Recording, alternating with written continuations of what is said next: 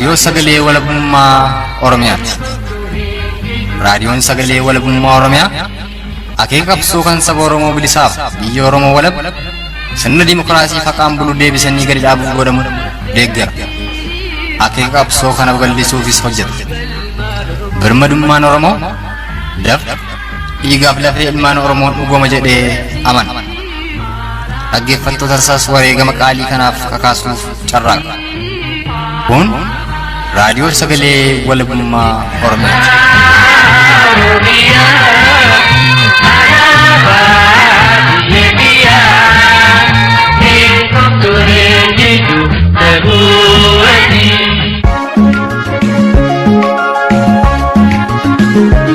Kun sagantaa tamsaasa kallattii raadiyoo sagalee walabummaa Oromiyaa kamsa onkololeessa bultii 14 bara 2021ti. Babaaroo tolee hordoftootaaf dhaggeeffattoota raadiyoo sagalee walabummaa Oromiyaa jaallatamu ashamaa kana gaasan fuudheef turtiin keessan agamaa kurfii keenyaatti nufaanaa ta'uuf kan isaan hawwatu ana xiiqii dhugaa isaatii ani sanaa dhufu jedhee itti dhiyaadha.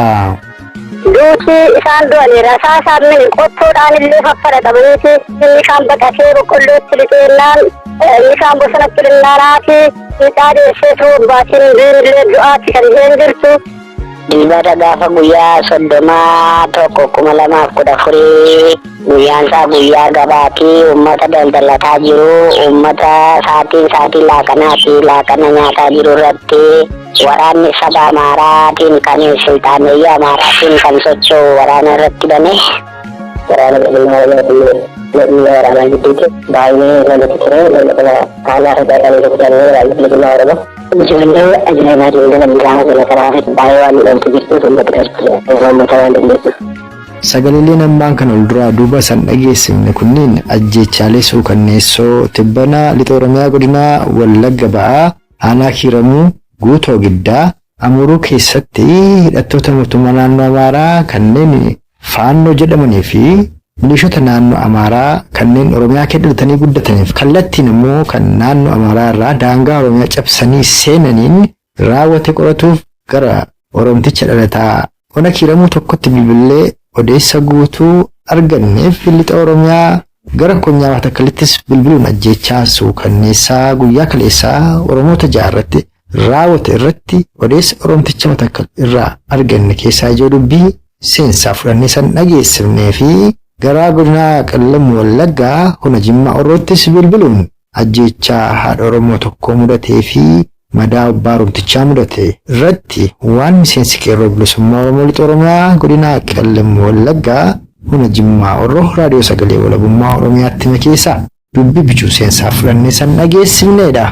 Odeessi guutuun Oromoota sadeen irraa arganneef mariin isaan waliin tolfanne sagantaa kana keessatti kan isiniif dhiyaatu ta'a. Turtiin keessa nama sagamaa kurfii keenyaatti nufaanaa ta'uuf isaan hawwataa jalqaba irratti gara Konyaa Matakkalitti bilbiluudhaan ajjeechaa suukanneessaa guyyaa kaleessaa Oromoota ja'a irratti raawwate irratti odeessa Oromticha Konyaa Matakkal irraa arganne isin dhageessisuun kaawwanittis wal duraa duuba taakkinaa itti dhiyaadha.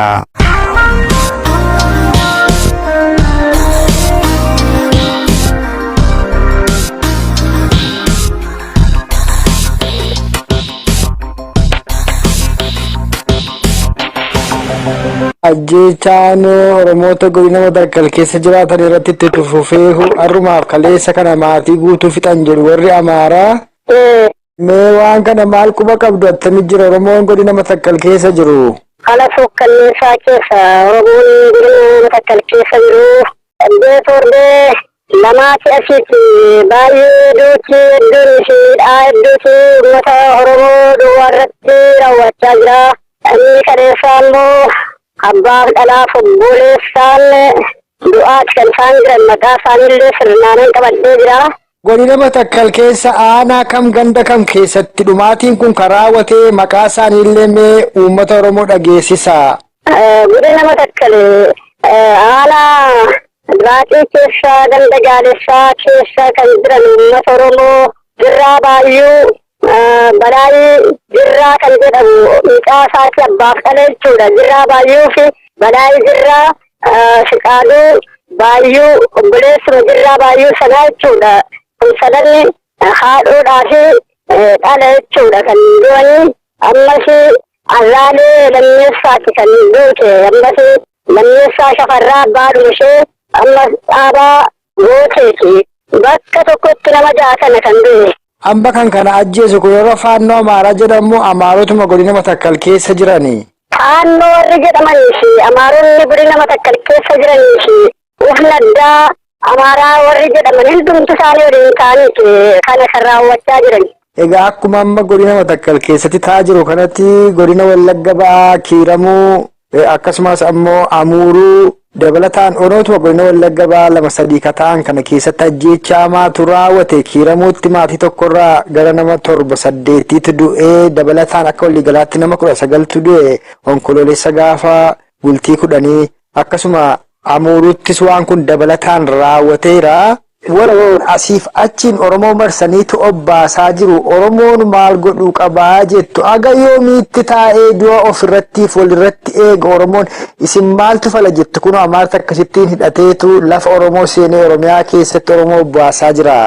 Baay'ee kan nama gaddisiisu inni biyya Oromiyaaf inni kunillee hadda jedhee yaadan akka kootti maal fakkaata wettan duuti isaan du'aniira saasaan qottoodhaan illee faffara qabaniiti haadholiin utuu dhalanii baatiilleen buushiin inni kaan baqatee boqqollootti lixeennaan inni kaan bosonatti linnaanaati teessee dhallichaa deesseetu baatiin illee du'aatti kan isheen jirtu inni lammeessaa immoo abbaan manaatuu taa'ee ilaaluu haadha warraa gudeedaa jiru antalallee akkasuma abbaana isaatitu teessuu gudeedaa jiru hirreebu indararu maalti jira jedhanillee warqee fidi birrii fidi jedhanii tireebu muka seeraanii waan akkasiiti kan nurratti raawwatamaa jiru godina Matakkal keessaati.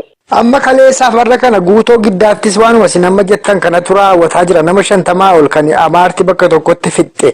Kanaaf amma yoomitti teenyee dhumaatii iman amma yoomitti duunaadha. Maaliif Oromoon ofirratti najjeessuudha kan inni si gaafachaa jiru abbaa koo?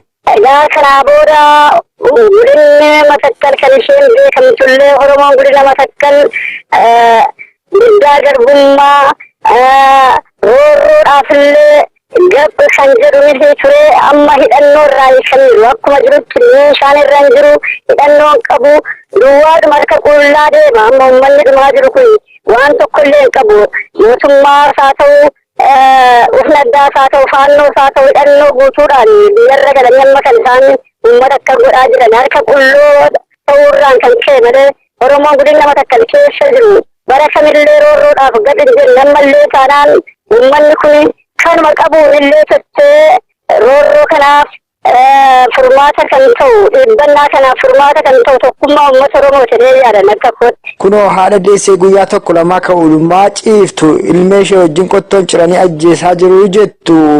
Kunoo godinuma Wallagga Ba'aa Kiiramuu keessatti maatii tokko guutuu fixaniitu manuma isaanii keetti deebisanii immoo owwaalani. Kanaaf Oromoon yoo ajjeese malee du'uun kun akkasitti itti fufnaan haalli Oromoof Oromiyaa deemu hamaadha. Isin kanaan maaluma gorsitu Oromoo kan Oromiyaa keessa jiru? Hundumti hidhatee ka'uu qaba.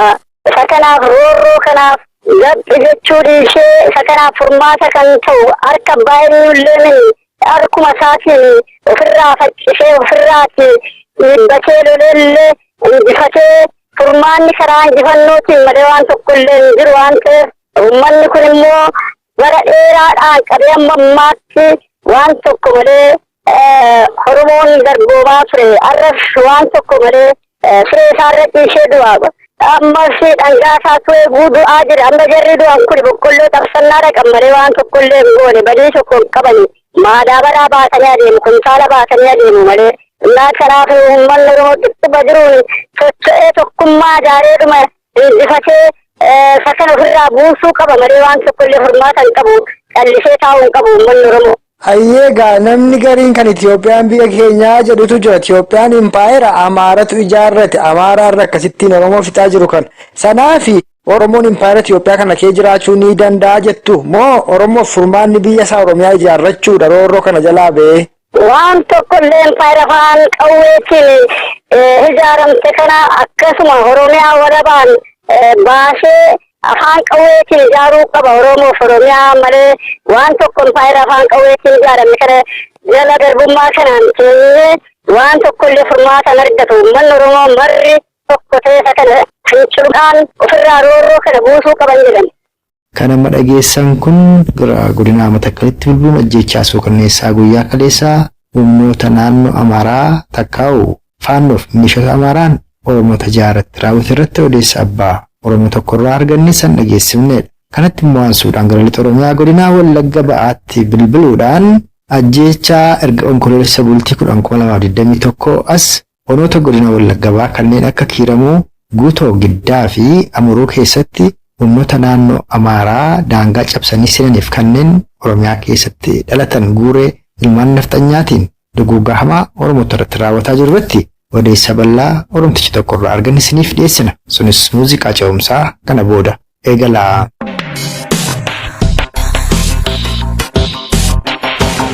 Egaa karaa garaagaraa akkuma dhaga'amaa ture isin immoo keessa jiraattanii yoo akkuma agartanii dilbata onkoloolessa bultii 10 kaasee duguuggaa sanyii hamaatu ona Kiiramuu keessatti hawaasa Oromoo irratti raawwate nama hedduutu dhume maatii guutuun kan dhumefaatu jira kaan immoo madaanii hospitaala kan jirantu dhaga'ama.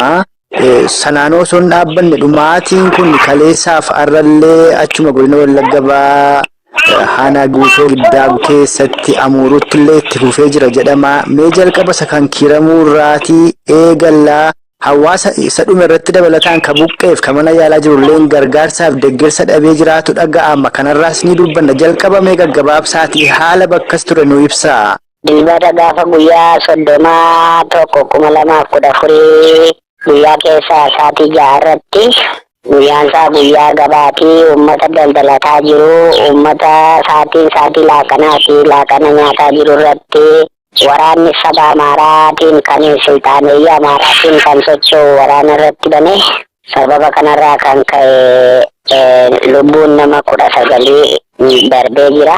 Dhiira 10 dhalaa 9 sababa kanaan qabeenyi manca'e tilmaamaan mana jireenyaa 480 birrii miliyoona 2,400 kan ta'u mana kuusa 40 midhaan dibataaf midhaan nyaataa qarshii miliyoona 60 kan ta'u beelada loonni 1,000 birrii miliyoona 1,500 kan ta'u walumaa galatti qabeenyi bade jedhamee tilmaamamu miliyoona 321,500 ta'a. Sababa kanaan immoo ganda magaalaa Haaroo fi ganda Caffee Guddinaarraa amma kaleessaa asitti illee gabaasa isaa yoon qabaachuu baadde abbaa warraa dhiira 320 dhalaanii 160 waliigala abbaan warraa 480 maatii 10,000 qabatee buqqa'ee jira. Tole. Namoonni kun garuma aanaa Kiiramuu magaalaa Kiiramuu ganda duwwaa tokko keessatti asfaaltii irratti dhangala'ee jira. Gargaarsi nama tokko barbaachisu gargaarsi midhaan nyaataa haa ta'u uffataa kan namni utuu dingata taa'u luka qullaa harka qullaa mana isaatii ba'ee amma ammaatti deeggarsi ta'eefis hin jiru bakki nama qubatee illee jiru hin jiru jechuudha. Daandiin asfaaltii bireen akkamteerra taa'aa jira magaalaa Kiiramuu.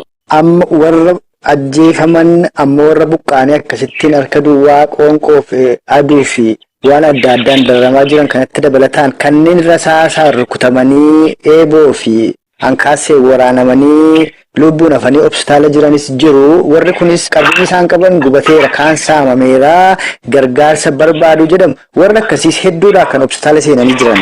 Ammatti qabatamaatti kan hospitaala seenee jiru dhiira 3 kan rasaasaan rukutamee fi dubartii waggaa 70 kan taatu kan albeetii mormi ishee cite. Warri kun amma hospitaala magaalaa Naqamtee jiru. Daandiin magaalaa Buree Naqamtee magaalaa Kiiramuurraa ka'ee naannoo Ejeree irratti naannoo mandara 24 irratti rakkoon nageenyaa waan jiruuf. Rakkoo nageenyaa humnootuma finxaaleeyyii Amaaraa faannoo jedhaman kanatu naannoo san to'atee jira saniif namni walitti darbuu hin danda'udha. Naannoo Hayaratti jedhamee beekamu irratti finxaaleeyyiin Amaaraas jiru daandoo irratti daangaa kan cufan akka namni magaalaa gudditti dhaqxee yaalamne. Sababa sanaaf yaalii gahaa argachuu hin dandeenye naannoo kilinika magaalaa Kiiramuu irra jiru irratti yaalamaa jiru. Egaa bakki amma rakkoon hamaan itti mul'ate hawaasni dhume magaalaan Haaroo jettan kun Kiiramuu irraatti kiiloomeetirii 7 qofa akka inni fagaatudha. Humni mootummaa Koloneel Abiyyi poolisii humna addaa Oromiyaa jedhaman magaalaa Kiiramuu kana akka jiranii dabalataan ammoo humni sun magaalaa Haaroo irraatti gaafa roobii gaafa ka'uutti finxalayyiin amaaraa kun gaafa dilbataa dhufanii rukutanii jedhama magaalaa sana mee kanarraa nu himaa. Egaa sababa isaanirraa magaala sanarraa ka'an hin beeknu mucaan qalbii balaa jedhamu silxaaneyyii saba amaaraa kanaan egaa albeetiin mormisaa citee du'ee booda walitti bu'umsa saba amaaraaf oromoo jidduutti ka'eerraa ka'ee humni hidhatee socho'u mootummaan oromiyaa kan bobbaasu humni addaa magaala sana keessa ture. Tole.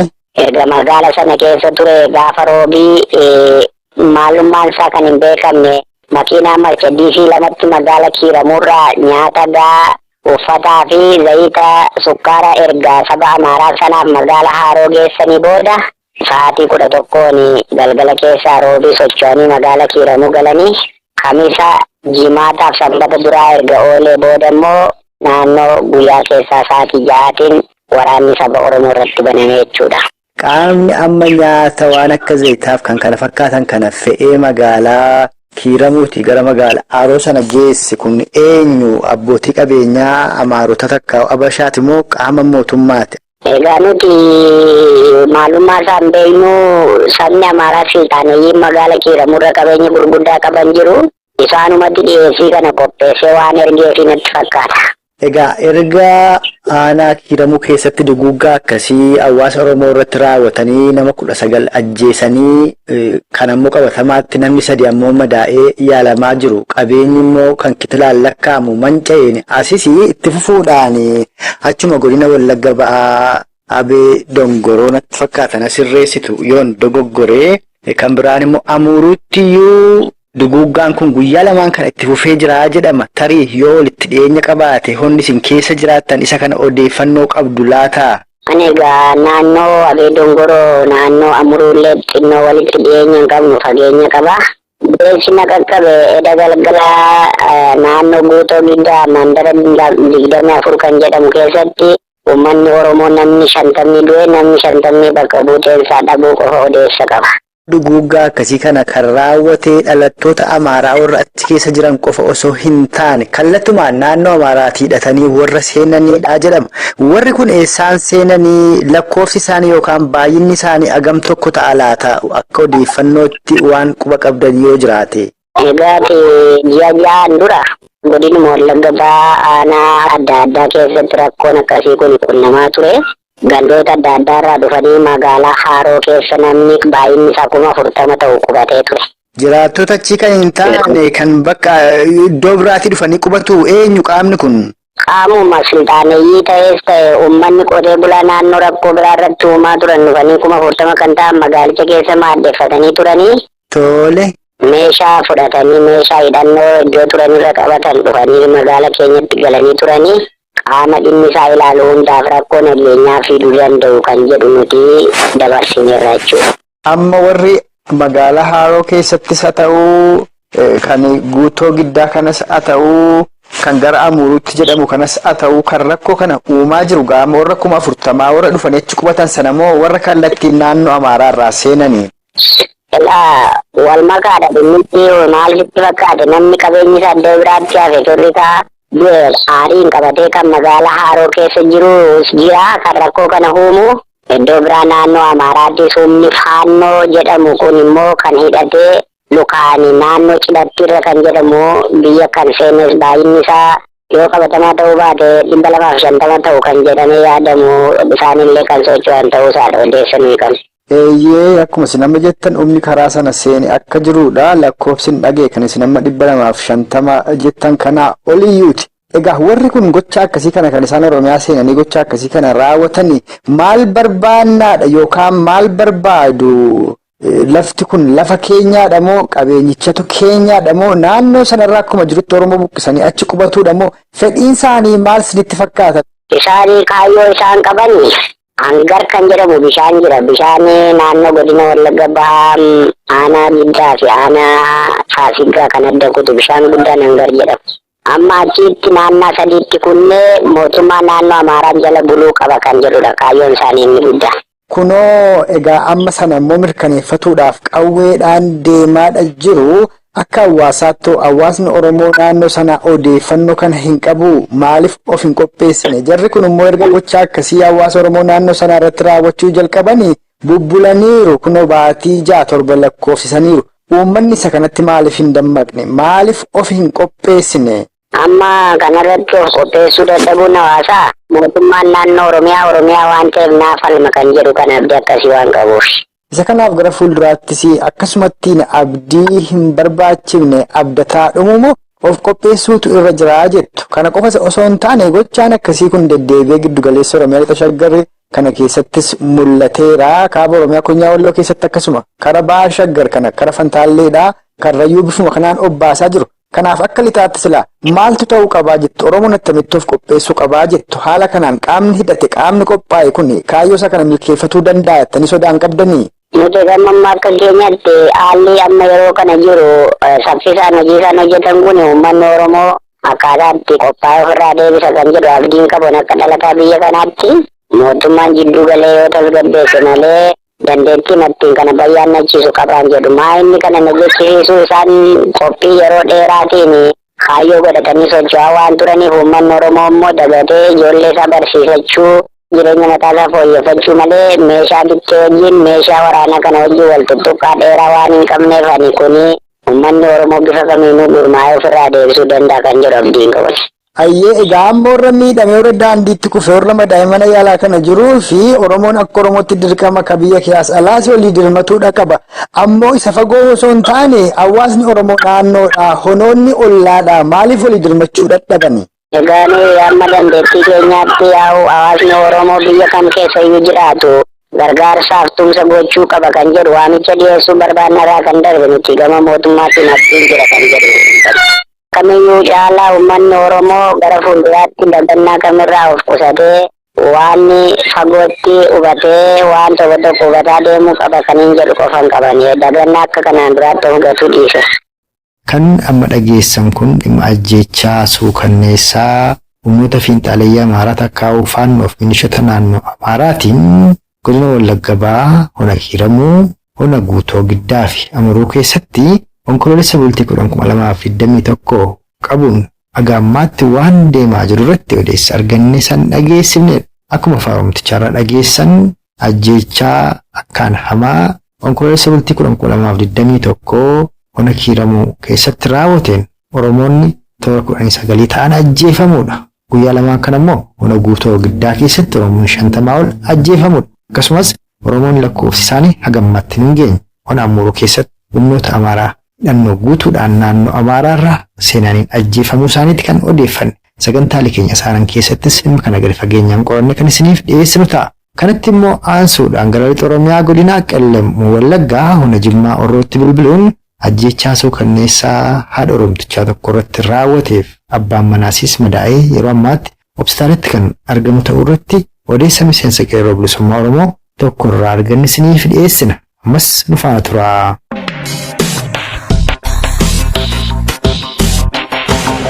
Godina Wallagga Lixaadhaa naannoodhuma Ona Sayyootti ajjeechaa suukanneessaa tokkotu maatii tokko guutuu irratti raawwate jedhama. Yoo Ona Sayyoo miti ta'e na sirreessita. Ajjeechaan kun yoom raawwate? Eenyu kan ajjeefame? Eenyu kan ajjeese? Meesa kana nu ibsi. Qellem Wallaggaa Ona Jimmaa Orroo ta'e. Tole. Maqaa nama jedhamtu abbaa manaatii wajjin bakka isheen mana keessatti boombiirallee irra bulanii inni mootummaa jechuudha. Masarratti yeroo kana duute abbaan manaa immoo baay'ee dhukkubsatee amma hospitaala Gimbiileetti argama. Eenyu jedhama abbaan manaa Masaratti ishee wareegamteedha? Ayyaana Bobaa jedhama. Daa'ima xinnoo baatii 2 yookaan waggaa 2 of biraa qabu turanii jedhan yeroo boombiin kun itti darbatamu. Mee daa'imni sun attam taate? Yeroo boombiin itti darbatamu daa'imni sun illee caalli sadantu manicha keessa ture. Daa'imni sun yeroo sana nagaa nama baatee dachii isaanii garuu madaa'anii dhabanii inni madaa'ee baay'ee madaa'e. Amma baay'ee hospitaala Gimbiitti argama. Aseen immoo yeroo sana duute jechuudha.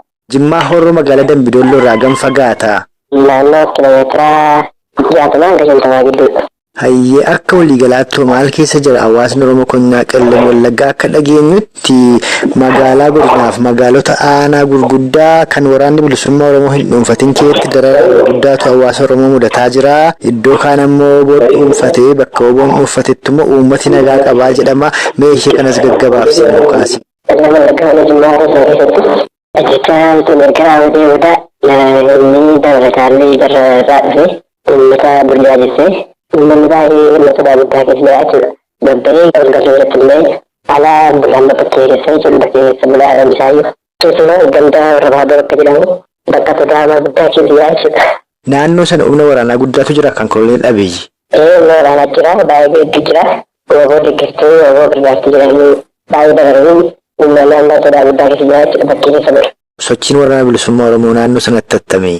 Sochii waraana bilisummaa Oromoo naannoo sanatti naannoo gandaa Rabaadoo akka jedhamu sana keessa baay'ee nama socho'aa jechuudha gallicha dhuffatee amma gammagallee dhuftee gallaan galleettee bakkicha seenuu jechuudha gandaa Rabaadoo sana.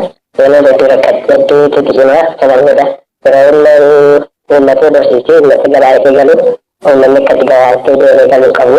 Lollo ni geggeeffamaa waraana bilisummaa Oromoo fi Qaama guyyaa 16 lola hamaatu ture waraana bilisummaa Oromoo fi lolli waraanaa gidduutti jechuudha. Baay'ee lolli ture lola kana haala harkaa qabee rukkutanii waraana bilisummaa Oromoo. Ijoollee ajaa'ibaa jireenya gaafa sana kanaafis baay'ee waan miidhamtu jirtuuf uummata keessatti uummata waan dandeessuuf. Aanaa Jimmaa Orroo keetti maka waraana bilisummaa Oromoo rukute. Aanaa Jimmaa Orroo keessatti lola biyyaani.